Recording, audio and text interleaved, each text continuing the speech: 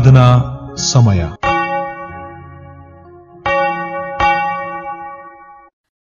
ಕರ್ತನಲ್ಲಿ ಪ್ರೀತಿಯುಳ್ಳ ದೇವಜನರೇ, ಈ ವರ್ಷದ ಕಡೆಯ ಭಾನುವಾರಕ್ಕೆ ನಿಮ್ಮನ್ನ ಪ್ರೀತಿಪೂರ್ವಕವಾಗಿ ವಂದಿಸಿ ಸ್ವಾಗತಿಸುತ್ತೇನೆ. ಈ ಕುಟುಂಬ ಭಾನುವಾರದ ಆರಾಧನೆಯ ಆರಂಭವು ತಂದೆ, ಮಗ, ಪರಿಶುದ್ಧಾತ್ಮನಾಗಿರುವ ತ್ರೈಕ ದೇವರ ನಾಮದಲ್ಲಾಗಲಿ. ಆಮೆನ್. ಪ್ರಾರ್ಥನೆ ಮಾಡೋಣ. ಭೂಮ್ಯಾಕಾಶಗಳನ್ನ ನಿರ್ಮಾಣ ಮಾಡಿದಂಥ ಸೃಷ್ಟಿಕರ್ತನಾದ ತಂದೆಯಾದ ದೇವರೇ, ನಿನ್ನ ಘನವುಳ್ಳ ನಾಮಕ್ಕೆ ಸ್ತೋತ್ರವಾಗಲಿ. ನಿನ್ನ ಸ್ವರೂಪ ಮತ್ತು ಹೋಲಿಕೆಗೆ ಅನುಗುಣವಾಗಿ ಮನುಷ್ಯರನ್ನ ಉಂಟುಮಾಡಿ ತಂದೆ ತಾಯಿಗಳ ಆಶೀರ್ವಾದವನ್ನ ಅನುಗ್ರಹಿಸಿಕೊಟ್ಟು ಮಕ್ಕಳನ್ನ ಸ್ವಾಸ್ಥ್ಯವಾಗಿ ಕುಟುಂಬಕ್ಕೆ ಕೊಡಲ್ಪಟ್ಟು ಆ ಮಕ್ಕಳ ಮೂಲಕವಾಗಿ ಸಂತಾನವನ್ನ ವೃದ್ಧಿ ಮಾಡಿ ಈ ಲೋಕದಲ್ಲಿ ಮಹಿಮೆ ಹೊಂದುವಂತಹ ದೇವರು ನೀನಾಗಿದ್ದೆ ಸ್ವಾಮಿ. ಕುಟುಂಬದಲ್ಲಿಯೇ ತನ್ನ ಪ್ರಪ್ರಥಮವಾದಂತಹ ದರ್ಶನವನ್ನ ತೋರಿಸಿದಂಥ ಸರ್ವಶಕ್ತನಾಗಿದ್ದಿ. ಕುಟುಂಬದಲ್ಲಿ ವಾಸ ಮಾಡುವಂತಹ ದೇವರಾಗಿದ್ದಿ. ನಿನ್ನ ಮಗನಾದ ಯೇಸು ಕ್ರಿಸ್ತನು ಈ ಲೋಕದ ಒಂದು ಕುಟುಂಬದಲ್ಲಿ ಜನಿಸಿ ಬರುವುದರ ಮೂಲಕವಾಗಿ ಕುಟುಂಬವನ್ನ ಆಶೀರ್ವಾದ ಮಾಡಿದ್ದಿ.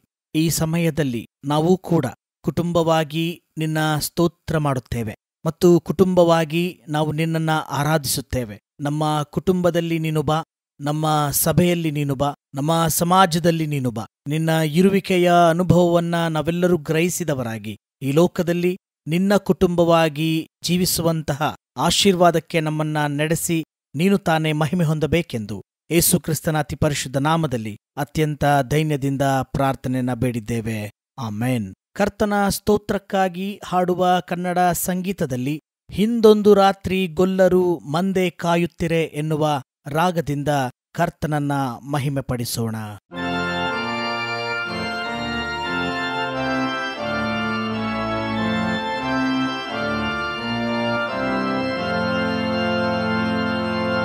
ಹಿಂದೊಂದು ರಾತ್ರಿ ಗೊಲ್ಲರು ಮಂದೆ ಕಾಯುತ್ತಿರೆ,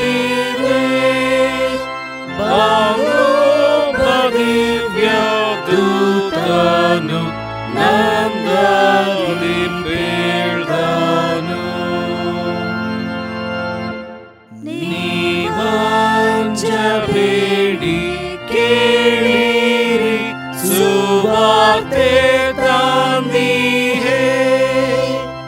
ಈ ವಾರ್ತೆಯಿಂದ ನಂದವು ಸರ್ವರಿಗಪ್ಪುದು.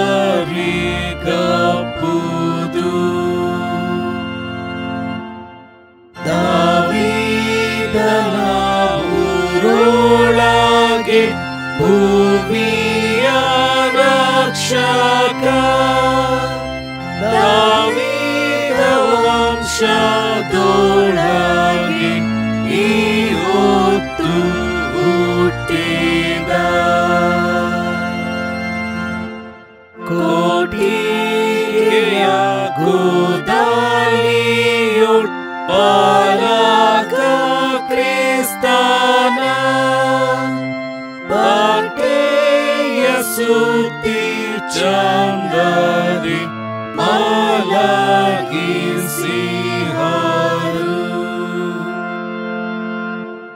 ಹೀಗೆಂದ ಮೇಲೆ ಹೊಳೆವ ದೂತರ ಸ್ತೋಮವು, ಸುಗಂಧದಿ ವಂದಿಸಿತು ಆ ತಂದೆ ದೇವನ.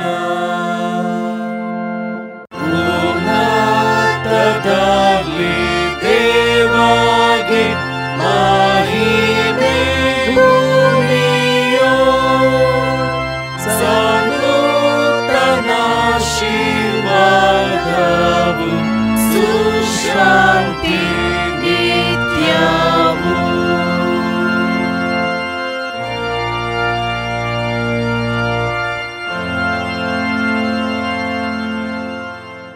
ನಾವು ದೇವರ ಸ್ತೋತ್ರ ಮಾಡೋಣ. ಸರ್ವಶಕ್ತನಾದ ಮಹಾಮಹಿಮನಾದ ನಮ್ಮ ದೇವರೇ, ಸಮಸ್ತವನ್ನ ಸೃಷ್ಟಿ ಮಾಡಿ ಅದರಲ್ಲೂ ಕುಟುಂಬವನ್ನ ಮನುಜರಿಗೆ ವರವಾಗಿ ಅನುಗ್ರಹಿಸಿಕೊಟ್ಟ ನಿನ್ನನ್ನು ನಾವು ವಂದಿಸುತ್ತೇವೆ. ಸೂರ್ಯೋದಯದಿಂದ ಸೂರ್ಯಾಸ್ತದವರೆಗೆ ದೈವನಾಮ ಸ್ತುತಿ ಹೊಂದಲಿ. ಪರಿಪಾಲಕನೂ ಪರಾಂಬರಿಸುವವನೂ ಆಗಿರುವ ದೇವರೇ, ಪ್ರತಿ ಕುಟುಂಬವನ್ನ ಪರಾಮರಿಸುವ ಕರ್ತನು ನೀನಾಗಿದ್ದಿ. ಬದುಕಿನ ನಾಯಕನೂ ನೀನಾಗಿದ್ದಿ. ಜೀವನದ ಒಡೆಯನೂ ನೀನೇ ಅಲ್ಲವೇ? ನಿನ್ನನ್ನು ನಾವು ವಂದಿಸುತ್ತೇವೆ. ಸೂರ್ಯೋದಯದಿಂದ ಸೂರ್ಯಾಸ್ತದವರೆಗೆ ದೈವನಾಮ ಸ್ತುತಿ ಹೊಂದಲಿ. ಕರುಣಾಮಯನಾದ ದೇವರೇ, ನಿನ್ನ ಪ್ರೀತಿ, ಕರುಣೆ, ತ್ಯಾಗ ಮತ್ತು ಕ್ಷಮೆ ಇವುಗಳ ಗುರುತಾಗಿರುವ ಕುಟುಂಬದಲ್ಲಿ ನಾವು ನಿನ್ನನ್ನು ಅನುಭವ ಮಾಡಲು ಕೊಟ್ಟ ಕೃಪೆಯ ಜೀವಿತಕ್ಕಾಗಿ ನಿನ್ನನ್ನು ನಾವು ವಂದಿಸುತ್ತೇವೆ. ಸೂರ್ಯೋದಯದಿಂದ ಸೂರ್ಯಾಸ್ತದವರೆಗೆ ದೈವನಾಮ ಸ್ತುತಿ ಹೊಂದಲಿ. ತ್ರಯೈಕ ದೇವರೇ, ಐಕ್ಯತೆಯಲ್ಲಿ ನಾವು ನಿನ್ನನ್ನು ನೋಡಲು, ಐಕ್ಯತೆಯ ಸಮುದಾಯದ ಛಾಯೆಯಾಗಿರುವ ಕುಟುಂಬದಲ್ಲಿ ನಿನ್ನ ಪ್ರಸನ್ನತೆಗಾಗಿ ನಾವು ನಿನ್ನನ್ನು ವಂದಿಸುತ್ತೇವೆ. ಸೂರ್ಯೋದಯದಿಂದ ಸೂರ್ಯಾಸ್ತದವರೆಗೆ ದೈವನಾಮ ಸ್ತುತಿ ಹೊಂದಲಿ. ಕರ್ತನಲ್ಲಿ ಪ್ರೀತಿಯುಳ್ಳ ದೇವಜನರೇ, ಈ ವರ್ಷಾಂತ್ಯದ ಭಾನುವಾರದಲ್ಲಿ ದೇವರ ಸನ್ನಿಧಿಯಲ್ಲಿ ನಮ್ಮ ಪಾಪಗಳನ್ನ ದೈನ್ಯದಿಂದ ಅರಿಕೆ ಮಾಡೋಣ. ದಯೆಯುಳ್ಳ ದೇವರೇ, ನಿನ್ನ ದಯೆ ನಮ್ಮ ಮೇಲೆ ಅಪಾರ. ಇದರ ಗುರುತಾಗಿಯೇ ನೀನು ನಮ್ಮನ್ನು ಕುಟುಂಬವೆಂಬ ಪರಿಶುದ್ಧ ಸ್ಥಳದಲ್ಲಿ ಇರಿಸಿದ್ದಿ. ಆದರೆ ನಾವು ಈ ಮೌಲ್ಯಗಳನ್ನ ಮರೆತು ದುಡ್ಡಿಗಾಗಿ, ಐಶ್ವರ್ಯಕ್ಕಾಗಿ ಹಾಗೂ ಸ್ಥಾನಮಾನಕ್ಕಾಗಿ ನಮ್ಮ ಕುಟುಂಬದವರನ್ನ ಕಡೆಗಣಿಸಿದ್ದೇವೆ ಮತ್ತು ವಿರೋಧಿಗಳಂತೆ ವರ್ತಿಸಿದ್ದೇವೆ. ನೀನು ಕುಟುಂಬದಲ್ಲಿ ವಾಸಿಸುವ ದೇವರು ಎನ್ನುವುದನ್ನು ಮರೆತು ನಿನ್ನನ್ನೇ ತ್ಯಜಿಸಿದ್ದೇವೆ. ದಯಮಾಡಿ ನಮ್ಮ ತಪ್ಪುಗಳನ್ನು ಕ್ಷಮಿಸು. ತಾಯಿಯೂ ತಂದೆಯೂ ಆಗಿರುವ ಕರುಣಾಮಯನಾದ ದೇವರು ನಮ್ಮ ಮನೋವ್ಯಥೆಯನ್ನ ನೋಡಿ ನಮ್ಮನ್ನು ತನ್ನ ಪ್ರೀತಿ ಕೃಪೆಯಿಂದ ತುಂಬಿಸಲಿ. ದೇವರ ದಯೆ ನಮ್ಮ ಮೇಲೆ ಇರಲಿ. ಆಮೆನ್. ಈ ಕುಟುಂಬ ಭಾನುವಾರದ ಆರಾಧನೆಗಾಗಿ ಆರಿಸಿಕೊಂಡಿರುವಂತ ಸತ್ಯವೇದ ಭಾಗವು ಲೂಕನು ಬರೆದ ಸುವಾರ್ತೆ 15ನೇ ಅಧ್ಯಾಯ ವಚನಗಳು 11ರಿಂದ 24 ವಚನಗಳು. ದೇವರ ವಾಕ್ಯವನ್ನ ಓದಿ ಕೇಳೋಣ. ಇನ್ನೂ ಆತನು ಹೇಳಿದ್ದೇನೆಂದರೆ, ಒಬ್ಬಾನೊಬ್ಬ ಮನುಷ್ಯನಿಗೆ 2 ಮಕ್ಕಳಿದ್ದರು. ಅವರಲ್ಲಿ ಕಿರಿಯವನು ತಂದೆಗೆ, ಅಪ್ಪ, ಆಸ್ತಿಯಲ್ಲಿ ನನಗೆ ಬರತಕ್ಕ ಪಾಲನ್ನು ಕೊಡು ಎಂದು ಕೇಳಿಕೊಳ್ಳಲು ತಂದೆಯು ಬದುಕನ್ನು ಅವರಿಗೆ ಹಂಚಿಕೊಟ್ಟನು. ಸ್ವಲ್ಪ ದಿವಸದ ಮೇಲೆ ಆ ಕಿರಿಮಗನು ಎಲ್ಲಾ ಕೂಡಿಸಿಕೊಂಡು ದೂರದೇಶಕ್ಕೆ ಹೊರಟು ಹೋಗಿ ಅಲ್ಲಿ ಪಟಿಂಗನಾಗಿ ಬದುಕಿ ತನ್ನ ಆಸ್ತಿಯನ್ನು ಸೂರೆ ಮಾಡಿಬಿಟ್ಟನು. ಹೀಗೆ ಅವನು ಎಲ್ಲಾ ಹಾಳು ಮಾಡಿಕೊಂಡ ಮೇಲೆ ಆ ದೇಶದಲ್ಲೆಲ್ಲ ಘೋರವಾದ ಬರ ಬಂದು ಏನೂ ಗತಿಯಿಲ್ಲದವನಾದನು. ಆಗ ಅವನು ಹೋಗಿ ಆ ದೇಶದ ನಿವಾಸಿಗಳೊಳಗೆ ಒಬ್ಬನಲ್ಲಿ ಸೇರಿಕೊಂಡನು. ಆ ಮನುಷ್ಯನು ಹಂದಿಗಳನ್ನು ಮೇಯಿಸುವುದಕ್ಕೆ ಅವನನ್ನು ತನ್ನ ಹೊಲಗಳಿಗೆ ಕಳುಹಿಸಿದನು. ಹೀಗಿರಲಾಗಿ ಅವನು ಹಂದಿ ತಿನ್ನುತ್ತಿದ್ದ ಕಾಯಿಗಳನ್ನಾದರೂ ತಿಂದು ಹಸಿವನ್ನು ತೀರಿಸಿಕೊಳ್ಳಬೇಕೆಂದು ಆಶೆಪಟ್ಟನು. ಆದರೂ ಯಾರೂ ಅವನಿಗೆ ಕೊಡಲಿಲ್ಲ. ಆಗ ಅವನಿಗೆ ಬುದ್ಧಿ ಬಂದು ಅವನು ತನ್ನ ತಂದೆಯ ಬಳಿಯಲ್ಲಿ ಎಷ್ಟೋ ಮಂದಿ ಕೂಲಿಯಾಳುಗಳಿಗೆ ಬೇಕಾದಷ್ಟು ಆಹಾರವದೆ, ನಾನಾದರೋ ಇಲ್ಲಿ ಹಸಿವಿನಿಂದ ಸಾಯುತ್ತೇನೆ. ನಾನು ಎದ್ದು ನನ್ನ ತಂದೆಯ ಬಳಿಗೆ ಹೋಗಿ ಅವನಿಗೆ, ಅಪ್ಪ, ಪರಲೋಕಕ್ಕೆ ವಿರೋಧವಾಗಿಯೂ ನಿನ್ನ ಮುಂದೆಯೂ ಪಾಪ ಮಾಡಿದ್ದೇನೆ. ಇನ್ನು ನಾನು ನಿನ್ನ ಮಗನೆನಿಸಿಕೊಳ್ಳುವುದಕ್ಕೆ ಯೋಗ್ಯನಲ್ಲ. ನನ್ನನ್ನು ನಿನ್ನ ಕೂಲಿಯಾಳುಗಳಲ್ಲಿ ಒಬ್ಬನಂತೆ ಮಾಡು ಎಂದು ಹೇಳುವೆನು ಅಂದುಕೊಂಡು ಎದ್ದು ತನ್ನ ತಂದೆಯ ಕಡೆಗೆ ಬಂದನು. ಅವನು ಇನ್ನೂ ದೂರದಲ್ಲಿರುವಾಗ ಅವನ ತಂದೆಯು ಅವನನ್ನು ಕಂಡು ಕನಿಕರಪಟ್ಟು ಓಡಿಬಂದು ಅವನ ಕೊರಳನ್ನು ಅಪ್ಪಿಕೊಂಡು ಅವನಿಗೆ ಬಹಳವಾಗಿ ಮುದ್ದಿಟ್ಟನು. ಆದರೂ ಮಗನು ಅವನಿಗೆ, ಅಪ್ಪ, ಪರಲೋಕಕ್ಕೆ ವಿರೋಧವಾಗಿಯೂ ನಿನ್ನ ಮುಂದೆಯೂ ಪಾಪ ಮಾಡಿದ್ದೇನೆ. ಇನ್ನು ನಾನು ನಿನ್ನ ಮಗನೆನಿಸಿಕೊಳ್ಳುವುದಕ್ಕೆ ಯೋಗ್ಯನಲ್ಲ ಎಂದು ಹೇಳಲು ತಂದೆಯು ತನ್ನ ಆಳುಗಳಿಗೆ ಶ್ರೇಷ್ಠವಾದ ನಿಲುವಂಗಿಯನ್ನು ತಟ್ಟನೆ ತಂದು ಇವನಿಗೆ ತೊಡಿಸಿರಿ, ಇವನ ಕೈಗೆ ಉಂಗುರವನ್ನು ಇಡಿರಿ, ಕಾಲಿಗೆ ಜೋಡು ಮೆಡಿಸಿರಿ, ಕೊಬ್ಬಿಸಿದ ಆ ಕರುವನ್ನು ತಂದು ಕೊಯ್ಯಿರಿ, ಹಬ್ಬ ಮಾಡೋಣ, ಉಲ್ಲಾಸ ಪಡೋಣ. ಈ ನನ್ನ ಮಗನು ಸತ್ತವನಾಗಿದ್ದನು, ತಿರುಗಿ ಬದುಕಿ ಬಂದಿದ್ದಾನೆ, ಪೋಲಿ ಹೋಗಿದ್ದನು, ಸಿಕ್ಕಿದನು ಎಂದು ಹೇಳಿದನು. ಆಗ ಅವರು ಉಲ್ಲಾಸ ಪಡುವುದಕ್ಕೆ ತೊಡಗಿದರು ಎಂಬುವುದೇ. ನಾವು ಕರ್ತನನ್ನು ಕೊಂಡಾಡಲು ಹಾಡುವ ಕನ್ನಡ ಸಂಕೀರ್ತನೆಗಳಲ್ಲಿ 47ನೆಯ ಸಂಕೀರ್ತನೆಯಿಂದ ರಾಗ ಹಾಡೋಣ. ಧರಣಿಯ ಜನರೇ ಪಾಡಿರಿ ಕೂಡಿ ಪರಸುತ ನಾಮವನ್ನು.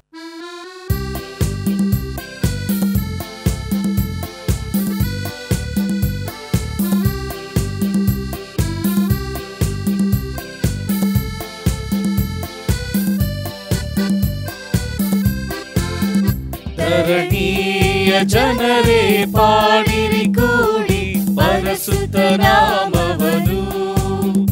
ಆತ ಪರವನು ಬಿಟ್ಟು ಲೋಕಕ್ಕೆ ಲೋಕಕ್ಕೆ ಬಂದು ನರನಾಗುದಿಸಿದನು. ಆತ ಪರವನ್ನು ಬಿಟ್ಟು ಲೋಕಕ್ಕೆ ಬಂದು ನರನಾಗುದಿಸಿದನು.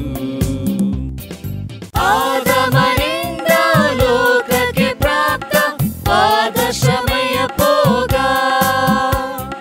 ಆದಮನಿಂದ ಲೋಕಕ್ಕೆ ಪ್ರಾಪ್ತ ಆದರ್ಶಮಯ ಭೋಗ. ಲತಿ ಮೋದವ ತಾಳುತ್ತ ರಕ್ಷಣೆ ಮಾಡಲು ಈ ದಿನ ಕಾಣಿಸಿದ. ಲತಿ ಮೋದವ ತಾಳುತ್ತ ರಕ್ಷಣೆ ಮಾಡಲು ಈ ದಿನ ಕಾಣಿಸಿದ. ಧರಣಿಯ ಜನರೇ ಪಾಡಿರಿ ಕೂಡಿ ಪರಸುತ್ತ ನಾಮವನು. ಆತ ಪರವನ್ನು ಬಿಟ್ಟು ಲೋಕಕ್ಕೆ ಬಂದು ನರನಾಗುದಿಸಿದನು. ಮಾನವರೇ ದಿನ ಕಾಣಿಸಿಕೊಂಡು ಮಾನವರಿಗೆ ಸಾರಿ. ಮಾನವರೇ ದಿನ ಕಾಣಿಸಿಕೊಂಡು ಮಾನವರಿಗೆ ಸಾರಿ. ಪರಜ್ಞಾನದಿ ಗೀತವ ಹಾಡುತ್ತಲಾತನ ಮಾನವ ತಿಳಿಸಿದರು. ಪರಜ್ಞಾನದಿ ಗೀತವ ಹಾಡುತ್ತಲಾತನ ಮಾನವ ತಿಳಿಸಿದರು. ಧರಣಿಯ ಜನರೇ ಪಾಡಿರಿ ಕೂಡಿ ಪರಸುತ್ತ ನಾಮವನು. ಆತ ಪರವನ್ನು ಬಿಟ್ಟು ಲೋಕಕ್ಕೆ ಬಂದು ನರನಾಗುದಿಸಿದನು. ಬನ್ನಿರೀಗ ಆತನಿಗೆರಗಿ ತನ್ನಿರಿ ಘನಮಾನ. ಬನ್ನಿರೀಗ ಆತನಿಗೆರಗಿ ತನ್ನಿರಿ ಘನಮಾನ. ಅವನನ್ನು ವಿಶೇಷ ಪ್ರೀತಿಯ ಮಾಡುತ್ತ ಬನ್ನಿರಿ ಸೇವಿಸುವ. ಅವನನ್ನು ವಿಶೇಷ ಪ್ರೀತಿಯ ಮಾಡುತ್ತ ಬನ್ನಿರಿ ಸೇವಿಸುವ. ಧರಣಿಯ ಜನರೇ ಪಾಡಿರಿ ಕೂಡಿ ಪರಸುತ್ತ ನಾಮವನು. ಆತ ಪರವನ್ನು ಬಿಟ್ಟು ಲೋಕಕ್ಕೆ ಬಂದು ನರನಾಗುದಿಸಿದನು. ಆತ ಪರವನ್ನು ಬಿಟ್ಟು ಲೋಕಕ್ಕೆ ಬಂದು ನರನಾಗುದಿಸಿದನು. ಪ್ರಾರ್ಥನೆ ಮಾಡೋಣ. ಜೀವನದ ನಾಯಕನು ಕುಟುಂಬದ ಒಡೆಯನೂ ಆಗಿರುವಂತಹ ಕ್ರಿಸ್ತೇಸು ಸ್ವಾಮಿಯಲ್ಲಿ ಪರಿಶುದ್ಧ ತಂದೆಯಾದ ದೇವರೇ, ನಿನ್ನ ಘನವುಳ್ಳ ನಾಮಕ್ಕೆ ಸ್ತೋತ್ರವಾಗಲಿ. ಸ್ವಾಮಿ, ಈ ಸಮಯದಲ್ಲಿ ನಿನ್ನ ವಾಕ್ಯದ ಮೂಲಕ ನಮ್ಮನ್ನ ಸಂಧಿಸು. ನಿನ್ನ ಜೀವವುಳ್ಳ ವಾಕ್ಯದ ಮೂಲಕ ಕೌಟುಂಬಿಕ ಮೌಲ್ಯಗಳನ್ನು ನಮಗೆ ತಿಳಿಸು. ನಿನ್ನ ವಾಕ್ಯವೇ ನಮ್ಮ ಜೀವನಕ್ಕೆ ದಾರಿಯೂ ದೀಪವೂ ಆಗಿದೆ. ಮಹಿಮೆ ನಿನಗಾಗಲಿ. ಯೇಸುವಿನ ನಾಮದಲ್ಲಿ ಬೇಡಿದ್ದೇವೆ, ಆಮೆನ್. ಕರ್ತನಲ್ಲಿ ಪ್ರೀತಿಯುಳ್ಳ ದೇವಜನರೇ, ಈ ವರ್ಷದ ಕಡೆಯ ಭಾನುವಾರಕ್ಕೆ ನಾವು ಬಂದಿದ್ದೇವೆ. ಇದು ದೇವರ ಕೃಪೆ ಮತ್ತು ಆಶೀರ್ವಾದವಲ್ಲದೆ ಮತ್ತೊಂದಲ್ಲ. ನಮ್ಮನ್ನ ಇಲ್ಲಿಯವರೆಗೂ ನಡೆಸಿದ ಎಬೆನೇಜರ್ ದೇವರಿಗೆ ಮಹಿಮೆಯಾಗಲಿ. ಈ ದಿನದ ವಾಕ್ಯ ಧ್ಯಾನಕ್ಕಾಗಿ ನಮಗೆ ನೇಮಕವಾಗಿರುವಂತಹ ಮುಖ್ಯ ಪ್ರಸ್ತಾಪ ಕುಟುಂಬ ಭಾನುವಾರ, ಸ್ವಸ್ಥತೆಯ ಸ್ಥಳವಾಗಿ ಕುಟುಂಬ, ಫ್ಯಾಮಿಲಿ ಆಸ್ ಹೀಲಿಂಗ್ ಸ್ಪೇಸ್ ಎಂಬುದಾಗಿ. ಸಾಮಾನ್ಯವಾಗಿ ಕ್ರಿಸ್ಮಸ್ ಆದ ನಂತರದ ಭಾನುವಾರವನ್ನ ಕುಟುಂಬ ಭಾನುವಾರವಾಗಿ ಆಚರಿಸುವಂಥದ್ದು ಪದ್ಧತಿ. ಇದು ಯಾಕೆ ಎನ್ನುವಂಥ ಪ್ರಶ್ನೆ ನಿಮ್ಮಲ್ಲಿ ಮೂಡಬಹುದು. ಬಹಳ ಪ್ರಾಮುಖ್ಯವಾಗಿ ಯೇಸುವಿನ ಕುಟುಂಬವಾಗಿರುವಂತಹ ಮರಿಯ ಮತ್ತು ಯೋಸೇಫಳ ತ್ಯಾಗವನ್ನ, ಅವರು ಕುಟುಂಬವಾಗಿ ದೇವರ ಸೇವೆಗೋಸ್ಕರ ಪಟ್ಟಂತಹ ಪ್ರಯಾಸವನ್ನ ನೆನೆಸುವುದೇ ಈ ಕುಟುಂಬ ಭಾನುವಾರದ ಪ್ರಾಮುಖ್ಯವಾದಂಥ ಉದ್ದೇಶವಾಗಿದೆ. ಪ್ರಿಯರೇ, ನಾವು ಕ್ರಿಸ್ಮಸ್ ಸಮಯದಲ್ಲಿ ಯೇಸುವಿನ ಕುರಿತಾಗಿ ವಾಕ್ಯ ಧ್ಯಾನ ಮಾಡುತ್ತೇವೆ ಮತ್ತು ಸ್ನಾನಿಕನಾದ ಯೋಹಾನನ ಕುರಿತಾಗಿಯೂ ಕೂಡ ವಾಕ್ಯ ಧ್ಯಾನ ಮಾಡುತ್ತೇವೆ.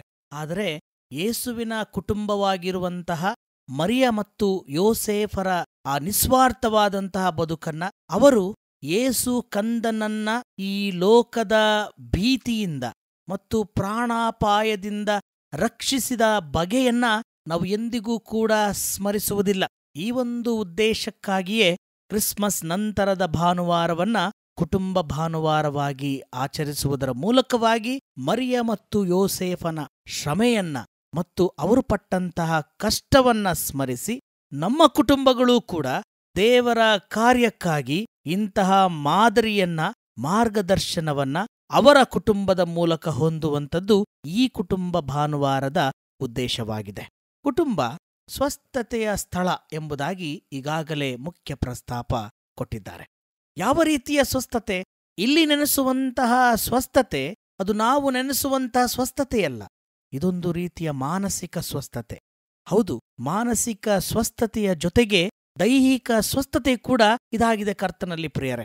ಓದಿ ಕೇಳಿದಂಥ ವಾಕ್ಯ ಭಾಗ ಲೂಕನು ಬರೆದ ಸುವಾರ್ತೆ 15ನೇ ಅಧ್ಯಾಯ 11-24 ವಚನ. ಇದನ್ನ ತಪ್ಪಿಹೋದ ಮಗನ ಸಾಮ್ಯ ಎಂಬುದಾಗಿ ನಾವು ಅನೇಕ ವೇಳೆ ಅನೇಕ ವಾಕ್ಯ ಪ್ರಸಂಗವನ್ನ ಕೇಳಿಸಿಕೊಂಡಿದ್ದೇವೆ. ಆದರೆ ಇಲ್ಲಿ ಬಹಳ ಪ್ರಾಮುಖ್ಯವಾಗಿ ಒಂದು ಕುಟುಂಬ ಇದೆ. ಕುಟುಂಬದ ಸನ್ನಿವೇಶಗಳು ಇದರಲ್ಲಿ ವ್ಯಕ್ತವಾಗುತ್ತದೆ. ತಂದೆ, ಆತನಿಗೆ 2 ಮಕ್ಕಳು. ಆ 2 ಮಕ್ಕಳಲ್ಲಿ ಕಿರಿಯವನು ಆಸ್ತಿಯಲ್ಲಿ ಪಾಲು ಕೇಳಿ, ಆ ಆಸ್ತಿ ಪಾಲಾದ ನಂತರ ಆ ಹಣವನ್ನ ತಕ್ಕೊಂಡು ಇನ್ನೊಂದು ಸ್ಥಳಕ್ಕೆ ಹೋಗಿ ಅಲ್ಲಿ ತನ್ನ ದುಡ್ಡನ್ನೆಲ್ಲ ಖರ್ಚು ಮಾಡಿ ಕಡೆಗೆ ತಿನ್ನಲಿಕ್ಕೂ ಕೂಡ ಹಣವಿಲ್ಲದಂತಹ ಪರಿಸ್ಥಿತಿಯಲ್ಲಿ ಯಾರದ್ದೋ ಹಂದಿ ಮೇಯಿಸುವವರ ಬಳಿಯಲ್ಲಿ ಕೆಲಸ ಮಾಡಿ ಆ ಹಂದಿಗಳು ತಿನ್ನುವಂತಹ ಆಹಾರವನ್ನ ತಿಂದು ಹೊಟ್ಟೆ ತುಂಬಿಸಿಕೊಳ್ಳುವಂತಹ ಪರಿಸ್ಥಿತಿಯಲ್ಲಿರುವಾಗ ತನ್ನ ಕುಟುಂಬದ ನಿಜವಾದಂತಹ ಶಕ್ತಿಯನ್ನ ಅರಿತಂತಹ ಈ ಕಿರಿಯ ಮಗನ ಕಥನ ನಮ್ಮೆಲ್ಲರಿಗೂ ಕೂಡ ಗೊತ್ತಿದೆ. ಆ ಸಮಯದಲ್ಲಿ ಯಾವಾಗ ತಿನ್ನಲಿಕ್ಕೆ ಉಡಲಿಕ್ಕೆ ಕಷ್ಟವಾಗುತ್ತದೋ, ಜೀವನದ ನೈಜ ಸ್ಥಿತಿ ಗೊತ್ತಾಗುತ್ತದೋ, ಅಲ್ಲಿ ಕುಟುಂಬದ ವ್ಯಾಲ್ಯೂಸ್, ನಿಜವಾದ ಕುಟುಂಬದ ಮೌಲ್ಯ ಆತನಿಗೆ ಗೊತ್ತಾಗ್ತದೆ. ಹಿಂತಿರುಗಿ ಓಡಿ ಬರ್ತಾನೆ, ತಂದೆ ಹಬ್ಬ ಮಾಡ್ತಾನೆ. ಇಲ್ಲಿ ನಾವು ಕಂಡುಕೊಳ್ಳಬೇಕಾಗಿರುವಂತಹ ದೇವರ ವಾಕ್ಯದ ಸತ್ವಗಳೇನೆಂದರೆ, ಕುಟುಂಬವೆಂದರೆ ಮೊದಲನೇದಾಗಿ ಕುಟುಂಬ ಎಂದರೆ ಕ್ಷಮಿಸುವಂತಹ ತಾಣ, 2ನೇದಾಗಿ ಪ್ರೀತಿಸುವಂತಹ ತಾಣ, 3ನೇದಾಗಿ ಅಂಗೀಕರಿಸುವಂತಹ ತಾಣ. ಆದ್ದರಿಂದ ದೇವರ ರಾಜ್ಯ ಎಂದರೆ ಅದೊಂದು ಕುಟುಂಬ. ಅಲ್ಲಿ ಕ್ಷಮಿಸುವಿಕೆ ಇದೆ, ಪ್ರೀತಿಸುವಿಕೆ ಇದೆ ಮತ್ತು ಅಂಗೀಕರಿಸುವಿಕೆ ಇದೆ. ಕ್ರಿಸ್ಮಸ್ನ ಕೇಂದ್ರ ಸಂದೇಶವೇ ಇದು. ದೇವರು ಕಂದನಾಗಿ ಈ ಲೋಕಕ್ಕೆ ಯಾಕೆ ಬಂದನು? ಮನುಜರನ್ನ ಕ್ಷಮಿಸಲಿಕ್ಕೆ, ಮನುಜರನ್ನ ಪ್ರೀತಿಸಲಿಕ್ಕೆ, ಮನುಜರನ್ನ ಅಂಗೀಕರಿಸಲಿಕ್ಕೆ. ಒಬ್ಬ ತಂದೆಗೆ ಮಗನಾಗಿ ಯಾವ ರೀತಿಯಲ್ಲಿ ಕುಟುಂಬದಲ್ಲಿ ನಡೆದುಕೊಳ್ಳಬೇಕು ಎಂಬತಕ್ಕಂಥದ್ದನ್ನು ನಾವು ಯೇಸುವಿನಿಂದ ಕಲಿಯಬೇಕು. ಅದೇ ವೇಳೆಯಲ್ಲಿ ತಂದೆ ತಾಯಿಗಳಾಗಿ ತಮ್ಮ ಮಕ್ಕಳು ಯಾವ ರೀತಿಯ ಜೀವನ ಮಾಡಬೇಕು ಎಂಬುವಂಥದ್ದನ್ನ ನಾವು ವಾಕ್ಯದ ಮೂಲಕ ತಿಳುಕೊಳ್ಳುವಂಥವರಾಗಿದ್ದೇವೆ. ಕರ್ತನಲ್ಲಿ ಪ್ರಿಯ ದೇವಜನರೇ, ಕ್ಷಮಿಸುವಿಕೆ ಕುಟುಂಬದಲ್ಲಿ ಸ್ವಸ್ಥತೆಗೆ ಮೂಲಾಧಾರವಾಗಿದೆ. ಈ ಕಥನ ಮಾತ್ರವಲ್ಲ, ಇದಕ್ಕೆ ನೇಮಕವಾದ ಹಳೆ ಒಡಂಬಡಿಕೆಯ ಕಥನ ಆದಿಕಾಂಡ ಪುಸ್ತಕ 33ನೇ ಅಧ್ಯಾಯ 1-11 ವಚನದಲ್ಲಿ ಅಲ್ಲಿ ಯಾಕೋಬನು ಏಸಾವನನ್ನ ಸಂಧಿಸುವಂತಹ ಸುಂದರ ಕಥನನ ಬಗ್ಗೆ ಬರೆಯಲ್ಪಟ್ಟಿದೆ. ಯಾಕೋಬನು ತನ್ನ ಅಣ್ಣನಿಗೆ ಮೋಸ ಮಾಡಿ ಹೋಗಿದ್ದಾನೆ. ಆದರೆ ಅಲ್ಲಿ ಎಲ್ಲ ಆಸ್ತಿ ಪಾಸ್ತಿ ಆಳು ಕಾಳುಗಳನ್ನ ಸಂಪಾದಿಸಿದ್ದಾನೆ. ಆತನಿಗೆ ಹೆಂಡತಿಯರಿದ್ದಾರೆ, ಮಕ್ಕಳಿದ್ದಾರೆ. ಆದರೆ ಬದುಕಿನಲ್ಲಿ ಬೇಕಾದಂಥ ಕುಟುಂಬದ ನೆಮ್ಮದಿಯಿಲ್ಲ. ಆ ನೆಮ್ಮದಿಯನ್ನ ಹುಡುಕಿ ಹಿಂತಿರುಗಿ ತನ್ನ ಅಣ್ಣನ ಬಳಿಗೆ ಬರುತ್ತಾನೆ. ಯಾವಾಗ ತನ್ನ ಅಣ್ಣನ ಬಳಿ ಕ್ಷಮೆ ಕೇಳುತ್ತಾನೆ, ನಿನ್ನನ್ನು ನೋಡಿದ್ದು ದೇವರನ್ನ ನೋಡಿದ ಹಾಗಾಯಿತು. ಆಗ ಅವನಿಗೆ ನಿಜವಾದಂಥ ಸ್ವಸ್ಥತೆ. ಯಾವುದೋ ಒಂದು ಮಾನಸಿಕ ಕಾಯಿಲೆ ಇರಬಹುದು, ಅದು ದುಡ್ಡಿನಿಂದಾಗಲಿ, ಹೆಂಡತಿಯರಿಂದಾಗಲಿ, ಮಕ್ಕಳಿಂದಾಗಲಿ ಯಾಕೋಬನಿಗೆ ಸಿಗುತ್ತಿದ್ದಿಲ್ಲ. ಅದು ಸಿಕ್ಕಿದ್ದು ತನ್ನ ಕುಟುಂಬದ ಒಡಹುಟ್ಟಿದವರನ್ನ ಸಂಧಿಸಿ ಕ್ಷಮೆ ಕೇಳಿ ಸಂಧಾನವಾಗುವಾಗ ಆ ನಿಜವಾದಂಥ ಸ್ವಸ್ಥತೆಯ ಅನುಭವವನ್ನ ಯಾಕೋಬನು ಮಾಡುತ್ತಾನೆ. ಆದ್ದರಿಂದ ಕುಟುಂಬ ಕ್ಷಮಿಸುವಿಕೆಯ ತಾಣ. 2ನೇದಾಗಿ ಕುಟುಂಬ ಪ್ರೀತಿ ಕೊಡುವಂತಹ, ಮಮತೆ ಕೊಡುವಂತಹ ಮಮತೆಯ ತಾಣ. ಅಲ್ಲಿ ಪ್ರೀತಿಗೆ ಕೊರತೆ ಇಲ್ಲ. ಓದಿ ಕೇಳಿದ ಸುವಾರ್ಥ ಭಾಗದಲ್ಲಿಯೂ ಕೂಡ ಇನ್ನೂ ಮಗನು ಮನೆಗೆ ಬಂದಿರಲಿಲ್ಲ. ಆದರೆ ಆ ವಿಚಾರ ತಂದೆಗೆ ಗೊತ್ತಾದ ತಕ್ಷಣವೇ ಕಿರಿಯ ಮಗನು ತನಗೂ ಮತ್ತು ತನ್ನ ಮೊದಲನೆಯ ಮಗನಿಗೂ ಮಾಡಿದಂತಹ ಒಂದು ಮೋಸವನ್ನಾಗಲಿ ಅಥವಾ ದ್ರೋಹವನ್ನಾಗಲಿ ಲೆಕ್ಕಿಸದೆ ಹಬ್ಬ ಮಾಡಲು ಮುಂದಾಗುವಂತಹ ತಂದೆ ಬಹಳ ಪ್ರಾಮುಖ್ಯವಾದಂಥ ವಿಚಾರ. ಇದು ಪ್ರೀತಿಯ ಶ್ರೇಷ್ಠತೆಯ ಗುಣವಾಗಿದೆ. ಈ ಹೊತ್ತು ದೇವರು ಕೂಡ ನಮ್ಮನ್ನ ತಂದೆಯೋಪಾದಿಯಲ್ಲಿ ಪ್ರೀತಿಸುತ್ತಿದ್ದಾನೆ. ಮಕ್ಕಳಾಗಿ, ಕುಟುಂಬವಾಗಿ ನಾವು ಆತನಿಗೆ ಎಷ್ಟೇ ವಿರೋಧವಾಗಿ ಕಾರ್ಯಗಳು ಮಾಡಿದಾಗ್ಯೂ ಕೂಡ ದೇವರು ನಮ್ಮನ್ನ ತಂದೆಯಂತೆ ಕನಿಕರಿಸಿ ನಮ್ಮನ್ನಪ್ಪಿಕೊಳ್ಳುವಂಥದ್ದು ಸತ್ಯ ಸಂಗತಿಯಾಗಿದೆ ಪ್ರಿಯರೇ. ಮತ್ತು ಮೂರನೇದಾಗಿ ಅಂಗೀಕರಿಸುವಂಥದ್ದು. ಎಷ್ಟೇ ದ್ರೋಹ ಮಾಡಿದಾಗ್ಯೂ, ಎಷ್ಟೇ ಪಾಪ ಮಾಡಿದಾಗ್ಯೂ ಆತನು ನನ್ನ ಮಗನು ಎನ್ನುವಂತಹ ಸಂಬಂಧ ಇಲ್ಲಿ ಬಹಳ ಪ್ರಾಮುಖ್ಯವಾದದ್ದು. ಈ ಸಂಬಂಧದ ಆಧಾರದ ಮೇಲೆ ನಮಗೆ ಸ್ವಸ್ಥತೆ, ಬಿಡುಗಡೆ ಸಿಗುವಂಥದ್ದಾಗಿದೆ. ಮಕ್ಕಳಾಗಿ ಈ ಹೊತ್ತು ಕೌಟುಂಬಿಕ ಮೌಲ್ಯಗಳನ್ನ ನಾವು ತಿಳಿದುಕೊಳ್ಳಬೇಕಾಗಿದೆ. ಈ ಕುಟುಂಬ ಎಂಬತಕ್ಕಂಥದ್ದು ದೇವರು ಮನುಷ್ಯರಿಗೆ ನೀಡಿದಂತಹ ವರದಾನ. ಅದನ್ನ ನಾವು ಆಲಸ್ಯದಿಂದಾಗಲಿ ತಾತ್ಸಾರದಿಂದಾಗಲಿ ನೋಡಬಾರದು. ಆದರೆ ದೇವರು ನಮಗೆ ಕುಟುಂಬವನ್ನ ಕೊಟ್ಟಿರುವಂಥದ್ದು ಅದು ದೇವರ ರಾಜ್ಯಕ್ಕೆ ಸಮಾನ. ಇಂತಹ ದೇವರ ರಾಜ್ಯ ಇಂತಹ ಮೌಲ್ಯಗಳಿಂದ ಕೂಡಿರಬೇಕೆಂಬುದಾಗಿ ವಾಕ್ಯ ಬಯಸುತ್ತದೆ. ಕ್ಷಮಿಸುವಿಕೆ, ಪ್ರೀತಿಸುವುದು, ಅಂಗೀಕರಿಸುವಂಥದ್ದು ಅದು ಕುಟುಂಬದಲ್ಲಿ ನಮಗೆ ತೋರಿ ಬರುವಂಥ ಅತಿಶ್ರೇಷ್ಠ ಸಂಗತಿ. ಇಂತಹ ಕುಟುಂಬದಲ್ಲಿ ನಾವು ಜೀವಿಸುವಾಗ ನಾವು ಕೂಡ ಇಂತಹ ಆದರ್ಶ ಮೌಲ್ಯಗಳನ್ನ ಅಳವಡಿಸಿಕೊಳ್ಳುವಂಥದ್ದು ದೇವರ ವಾಕ್ಯ ನಮ್ಮಿಂದ ಬಯಸುವಂತಹ ಕರೆಯಾಗಿದೆ. ಒಂದು ಕುಟುಂಬದಲ್ಲಿ ಒಬ್ಬ ತಂದೆ ಮತ್ತು ಮಗ ವಾಸವಾಗಿದ್ದರು. ತಂದೆ ತನ್ನ ಮಗನಿಗೆ ಬಹಳ ಸ್ಟ್ರಿಕ್ಟ್ ಆಗಿ ಜೀವನದ ಶಿಸ್ತು ಮತ್ತು ಮೌಲ್ಯಗಳನ್ನ ಹೇಳಿಕೊಡುತ್ತಿದ್ದರು. ಅದು ಮಗನಿಗೆ ಕಿರಿಕಿರಿಯನ್ನುಂಟು ಮಾಡುತ್ತಾ ಇತ್ತು. ಮನೆಯ ಒಳಗೆ ಬಂದಾಗ ಗೇಟ್ ಹಾಕುತ್ತಿರಲಿಲ್ಲ. ತಂದೆ ಗೇಟ್ ಹಾಕು ಎಂದು ಆತನಿಗೆ ಕಲಿಸುತ್ತಿದ್ದರು. ಮನೆಯ ವಾಟರ್ ಬೇಸನ್ನಲ್ಲಿ ನೀರು ಸರಿಯಾದ ರೀತಿಯಲ್ಲಿ ಆಫ್ ಮಾಡದಿದ್ದಾಗ ಅದನ್ನ ಸರಿಯಾಗಿ ಆಫ್ ಮಾಡು ಎಂದು ಗದರುತ್ತಿದ್ದರು. ಮತ್ತು ರೂಮ್ನಲ್ಲಿ ಆತ ಇಲ್ಲದಿದ್ದರೂ ಫ್ಯಾನ್ ಮತ್ತು ಟ್ಯೂಬ್ಲೈಟ್ ಅನ್ನ ಓಡಿಸುತ್ತಿದ್ದ. ಅದನ್ನ ನೋಡಿದ ತಂದೆ ಆ ಫ್ಯಾನ್ ಮತ್ತು ಟ್ಯೂಬ್ ಲೈಟ್ಗಳ ಸ್ವಿಚ್ ಅನ್ನ ಆಫ್ ಮಾಡು ಎಂದು ಬೈಯುತ್ತಿದ್ದರು. ಹೀಗೆ ಮಗ ನನಗೆ ಒಂದು ಒಳ್ಳೆ ಕೆಲಸ ಸಿಕ್ಕಿದರೆ ತಂದೆಯಿಂದ ಬಿಡುಗಡೆಯಾಗುತ್ತದೆ ಎಂದು ನೆನೆಸಿ ಒಂದು ಕಂಪನಿಯಲ್ಲಿ ಇಂಟರ್ವ್ಯೂಗೆ ಹೋಗುತ್ತಾನೆ. ಈತನ ಅಭ್ಯಾಸದಂತೆ ಆ ಕಂಪನಿಯ ಗೇಟ್ ಒಳಗೆ ಬರುವಾಗ ಗೇಟನ್ನ ಈತನೇ ಸ್ವತಃ ಹಾಕುತ್ತಾನೆ. ಆ ಇಂಟರ್ವ್ಯೂ ಹಾಲ್ನಲ್ಲಿ ಕೂತಿರುವಾಗ ಅನೇಕ ಫ್ಯಾನ್ಗಳು ಓಡುತ್ತಾ ಇರುತ್ತದೆ. ಯಾವುದು ಬೇಡವೋ ಅದನ್ನ ಈತನೇ ಹೋಗಿ ಆಫ್ ಮಾಡುತ್ತಾನೆ. ನಂತರ ಎದುರು ಇದ್ದ ವಾಟರ್ ಬೇಸನ್ನಲ್ಲಿ ನೀರು ವೇಸ್ಟ್ ಆಗುತ್ತಿರುತ್ತದೆ. ಅದನ್ನು ನೋಡಿದ ತಕ್ಷಣ ಹೋಗಿ ನಲ್ಲಿಯ ಟ್ಯಾಪ್ ಅನ್ನ ಸರಿಯಾದ ರೀತಿಯಲ್ಲಿ ಆಫ್ ಮಾಡುತ್ತಾನೆ. ಇಂಟರ್ವ್ಯೂ ಮುಗೀತು. ಈತನಿಗೆ ಇಂಟರ್ವ್ಯೂ ಮಾಡಲಿಲ್ಲ. ಈತನು ಮ್ಯಾನೇಜರ್ ಮತ್ತು ಸಂಬಂಧಪಟ್ಟವರನ್ನ ನನಗೆ ಇಂಟರ್ವ್ಯೂ ಯಾಕೆ ಮಾಡಲಿಲ್ಲ ಎಂಬುದಾಗಿ ಕೇಳುತ್ತಾನೆ. ಆಗ ಅವರು, ನಾವು ನಿನ್ನ ಚಲನವಲನಗಳನ್ನ CCTVಯಲ್ಲಿ ನೋಡಿದೆವು, ನಿನ್ನನ್ನ ನಾವು ಡೈರೆಕ್ಟಾಗಿ ಅಪಾಯಿಂಟ್ ಮಾಡಿದ್ದೇವೆ ಎಂದು ಹೇಳಿ ಆತನನ್ನ ಅಭಿನಂದಿಸುತ್ತಾರೆ. ಕರ್ತನಲ್ಲಿ ಪ್ರೀತಿಯುಳ್ಳ ದೇವಜನರೇ, ದೇವರಿಂದ, ದೇವರ ವಾಕ್ಯದಿಂದ ಮತ್ತು ಕುಟುಂಬದಿಂದ, ಕುಟುಂಬದ ಹೆತ್ತಂತವರಿಂದ ಕಲಿತ ಜೀವನದ ಮೌಲ್ಯಗಳು ಅದು ನಮ್ಮನ್ನ ಯಶಸ್ವಿಗೊಳಿಸುತ್ತದೆ ಮತ್ತು ದೇವರ ರಾಜ್ಯಕ್ಕೆ ಬಾಧ್ಯರನ್ನಾಗಿಸುತ್ತದೆ. ಇಂತಹ ಕುಟುಂಬವನ್ನ ಪ್ರೀತಿಸೋಣ. ಇಂತಹ ಕುಟುಂಬವನ್ನ ನೀಡಿದಂತಹ ದೇವರಿಗೆ ವಂದಿಸುತ್ತಾ ದೈವಿಕ ಕುಟುಂಬವಾಗಿ ಈ ಲೋಕದಲ್ಲಿ ಮಾದರಿಯುತವಾಗಿ ಜೀವಿಸುವ ಹಾಗೆ ಈ ವಾಕ್ಯ ನಮ್ಮೆಲ್ಲರನ್ನ ಆಶೀರ್ವದಿಸಲಿ. ನಿಮ್ಮನ್ನು ಮತ್ತು ನಿಮ್ಮ ಕುಟುಂಬಗಳನ್ನ ದೇವರು ತಾನೇ ಆಶೀರ್ವದಿಸಲಿ. ದೇವರ ವಾಕ್ಯವಿದು. ಆಮೆನ್. ದೇವರ ವಾಕ್ಯಕ್ಕೆ ಪ್ರತಿಕ್ರಿಯೆಯಾಗಿ ನಾವೆಲ್ಲರೂ ನಮ್ಮ ನಂಬಿಕೆಯನ್ನ ಅಪೊಸ್ತಲರ ವಿಶ್ವಾಸ ಸೂತ್ರದಲ್ಲಿ ಅರಿಕೆ ಮಾಡೋಣ. ಪರಲೋಕ ಭೂಲೋಕಗಳನ್ನು ಸೃಷ್ಟಿಸಿದ ಸರ್ವಶಕ್ತನಾಗಿರುವ ತಂದೆಯಾದ ದೇವರನ್ನು ನಂಬುತ್ತೇನೆ. ಆತನ ಏಕಕುಮಾರನಾಗಿರುವ ನಮ್ಮ ಪ್ರಭುವಾದ ಯೇಸು ಕ್ರಿಸ್ತನನ್ನು ನಂಬುತ್ತೇನೆ.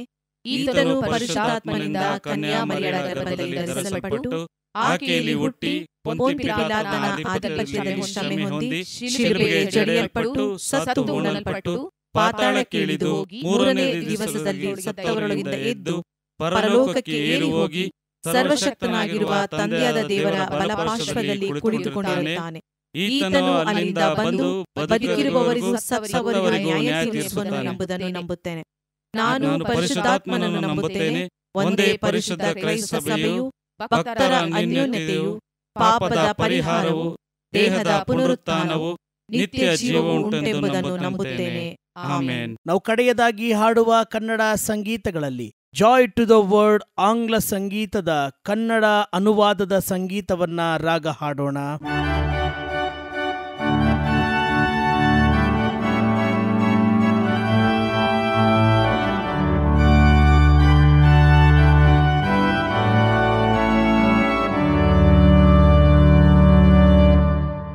ಸಂತೋಷವೇ ಜಗಕ್ಕೆಲ್ಲ ಯೇಸು ಜನಿಸಿದ, ಭೂಲೋಕದವರು ಪರಲೋಕ ಸೈನ್ಯವು ಆಡಲಿ ಹರ್ಷವೇ, ಆಡಲಿ ಹರ್ಷವೇ, ಸಮಸ್ತರೆಲ್ಲ ಕೂಡಿ ಹಾಡಲಿ. ಸಂತೋಷವೇ ಭೂಮಿಲಿಂದು ಭೂಲೋಕವೆಲ್ಲವೂ, ಉನ್ನತತೆಗಳು ಪರ್ವತ ಶ್ರೇಣಿಯು ಗಂಭೀರ ಗಾನವ, ಗಂಭೀರ ಗಾನವ, ಗಂಭೀರ ಗಾನದಿಂದ ಹಾಡಲಿ. ಯೇಸು ರಾಜ ಆಳುವನು, ಮಹಿಮಾದ್ಭುತವು, ಆತನ ನೀತಿಯು ಸ್ತುತಿಗೆ ಪಾತ್ರವು, ಆತನ ಪ್ರೀತಿಯು, ಆತನ ಪ್ರೀತಿಯು, ಆ ಪ್ರೀತಿಯೊಂದು ಮಹತ್ಕಾರ್ಯವು.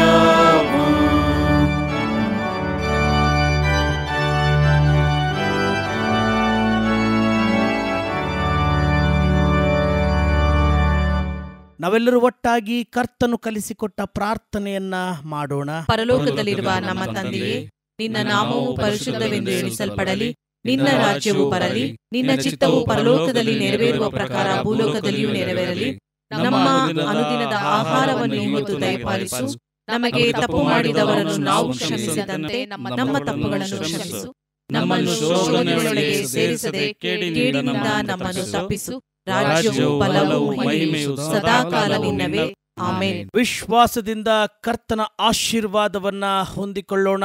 ಕುಟುಂಬವೆನ್ನುವಂತಹ ಆಶೀರ್ವಾದವನ್ನ ಮನುಷ್ಯರಿಗೆ ಅನುಗ್ರಹಿಸಿದಂತಹ ದೇವರ ಪ್ರೀತಿಯು, ಭೂಲೋಕದ ಕುಟುಂಬದಲ್ಲಿ ಜನಿಸಿ ಬಂದು ಮಾನವರನ್ನ ಆಶೀರ್ವಾದ ಮಾಡಿದ ಯೇಸು ಕ್ರಿಸ್ತನ ಕೃಪೆಯು, ಕುಟುಂಬದಲ್ಲಿಯೇ ದೇವರ ಪ್ರಸನ್ನತೆಯನ್ನ ಅನುಭವಿಸಲು ಸಹಾಯ ಮಾಡುವ ಪರಿಶುದ್ಧಾತ್ಮನ ಅನ್ಯೋನ್ಯತೆ, ಸಕಲ ಶ್ರೇಷ್ಠ ಭಾಗ್ಯಗಳು, ದಿವ್ಯ ಕೃಪಾ ವರಗಳು ನಿಮ್ಮೆಲ್ಲರ ಸಂಗಡ ಸದಾಕಾಲಕ್ಕೂ ನೆಲೆಯಾಗಿರಲಿ.